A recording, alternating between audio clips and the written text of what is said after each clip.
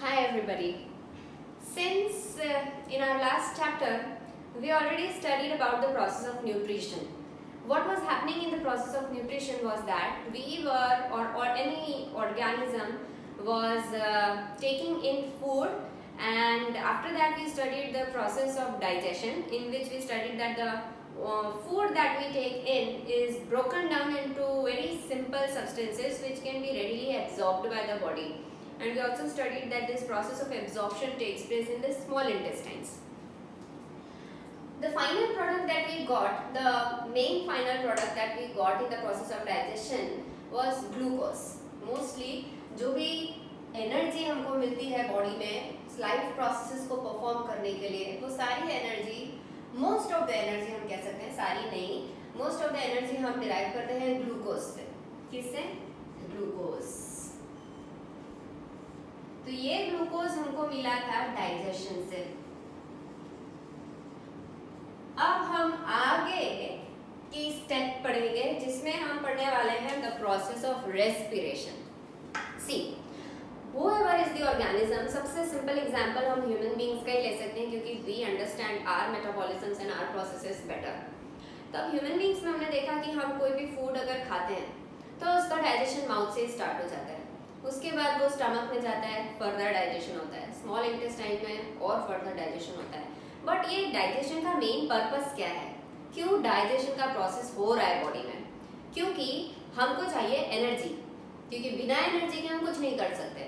और energy already रखे हुए फूड से हमको मिलने नहीं वाली, क्योंकि it is a complex substance. हमारी बॉडी के अंदर जो एंजाइम्स हैं वो उस इतने कॉम्प्लेक्स सब्सटेंस में से एनर्जी डिराइव नहीं कर सकते. तो हमको वो कॉम्प्लेक्स सब्सटेंसेस को सिंपल सब्सटेंसेस में कन्वर्ट करना पड़ता है, ब्रेक डाउन करना पड़ता है इन अदर वर्ड्स, और डाइजेस्ट करना पड़ता है. ठीक है, तो ये हमारा मेन मोटिव था डाइजेशन में कि जो अवेलेबल मटेरियल है which is now not in usable form, उसको हम कन्वर्ट कर देंगे इनटू यूजेबल फॉर्म, जिसको हमारी बॉडी बहुत इजीली यूज कर सकती है एनर्जी बनाने के लिए. ठीक है, अब एनर्जी बनाने के लिए हमने यूजेबल फॉर्म में कन्वर्ट कर दिया. अब इसके आगे का प्रोसेस क्या, एनर्जी कैसे बनेगी, वो प्रोसेस हम पढ़ते हैं रेस्पिरेशन में. जितना भी फूड डाइजेस्ट होकर हमारे स्मॉल इंटेस्टाइन्स में एब्जॉर्ब हो जाता है, फिर वो जाता है ब्लड में. ये ग्लूकोज जाता है ब्लड में, और ब्लड इस ग्लूकोज को सर्कुलेट करता है पूरी बॉडी में, that means all the cells of the body. और ये जो सेल्स हैं, सारा काम, all the functions are actually happening at cellular level. जो भी चीजें हो रही है बॉडी में, कोई भी लाइफ प्रोसेस हो रहा है वो सेल्यूलर लेवल पे हो रहा है, हर रिएक्शन सेल्स में हो रही है.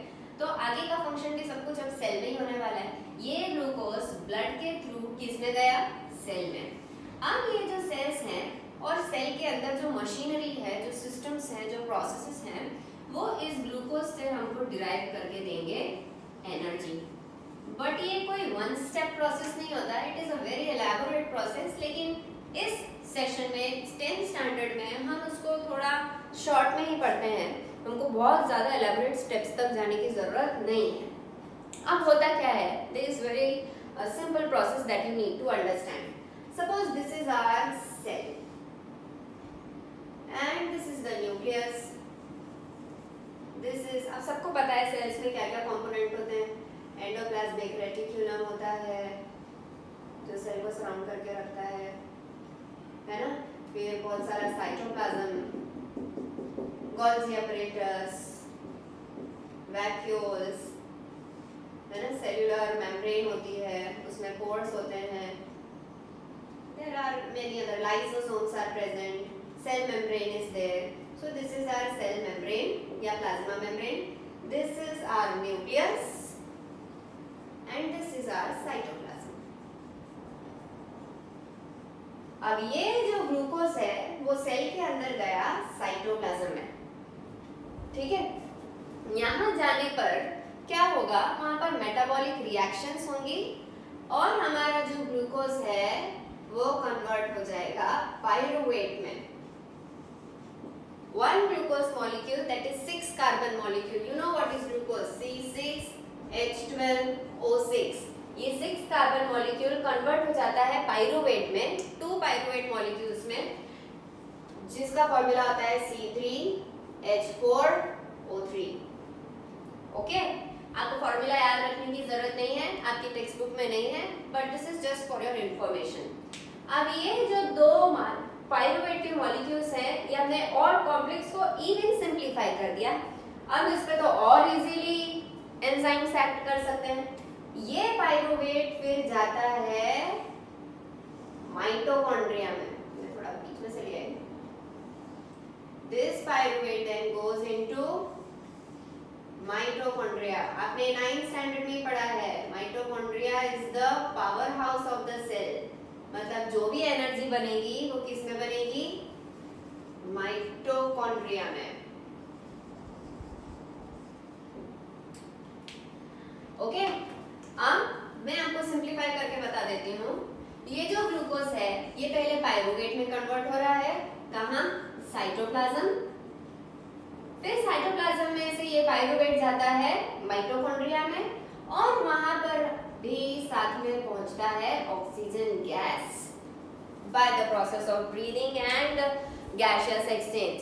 जब हम ब्रीद इन करते हैं तो हम एयर इनहेल करते हैं which is rich in oxygen, ठीक है। ये एयर लंग्स में जाती है, लंग्स में गैसियस एक्सचेंज होता है, ऑक्सीजन ब्लड में चला जाता है, फिर ब्लड उस ऑक्सीजन को लेके सारे सेल्स में डिस्ट्रीब्यूट कर देता है।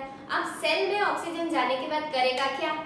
तो सेल में जाने के बाद ऑक्सीजन पाइरुवेट से रिएक्ट करके एनर्जी रिलीज करेगा। ओके, और सेल में भी टू बी स्पेसिफिक ये ऑक्सीजन पाइरुवेट से रिएक्ट करके एनर्जी रिलीज करता है। वो कौन से सेल ऑर्गेनेल में हो रहा है? वो हो रहा है माइटोकॉन्ड्रिया में। Here fine. So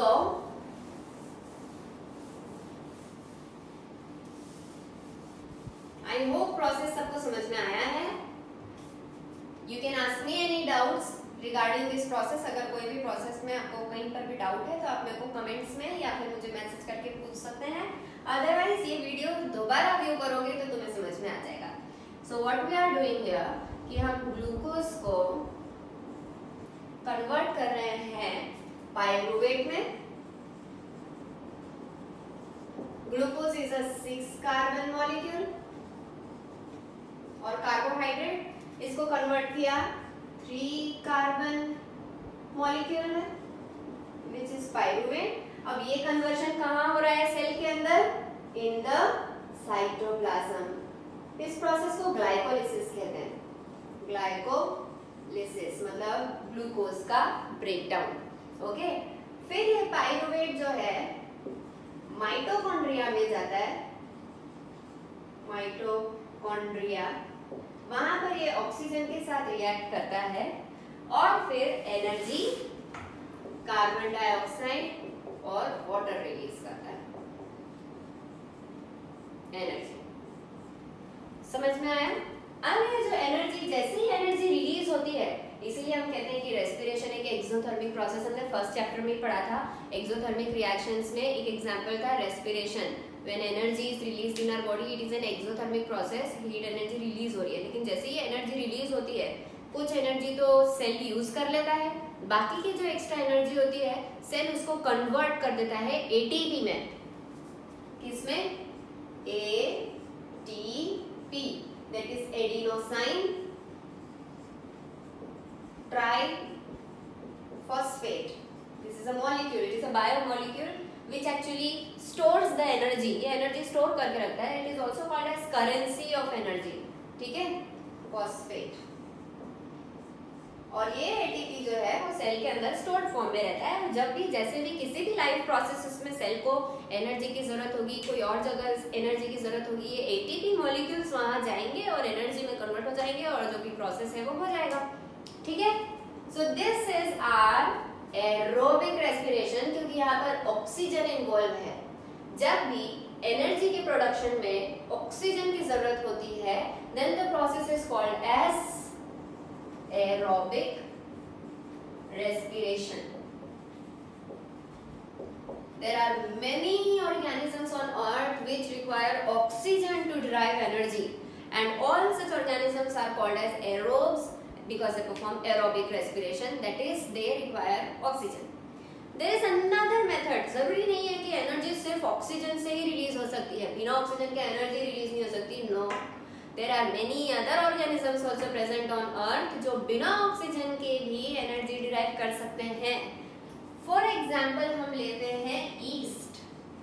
this is the most common example which is studied in anaerobic respiration. Anaerobic respiration where no oxygen is required, no oxygen gas is required to derive energy. What happens जब भी हम glucose को absence of oxygen में break down करते हैं, absence of oxygen, ये cytoplasm में ही होगा, कोई भी सेल के साइटोप्लाज्म। अगर ऑक्सीडेटिव रेस्पिरेशन हो रहा है तो वो ऑक्सीजन वाला प्रोसेस हमेशा माइटोकॉन्ड्रिया में होता है, और अगर किसी भी ऑर्गेनिज्म में बिना ऑक्सीजन की एनर्जी रिलीज हो रही है तो उसको माइटोकॉन्ड्रिया की जरूरत नहीं है, वो साइटोप्लाज्म में भी एनर्जी रिलीज कर सकते हैं। ठीक है, so glucose gets converted into pyruvate first. ठीक है, ये हमें आगे लिखेंगे।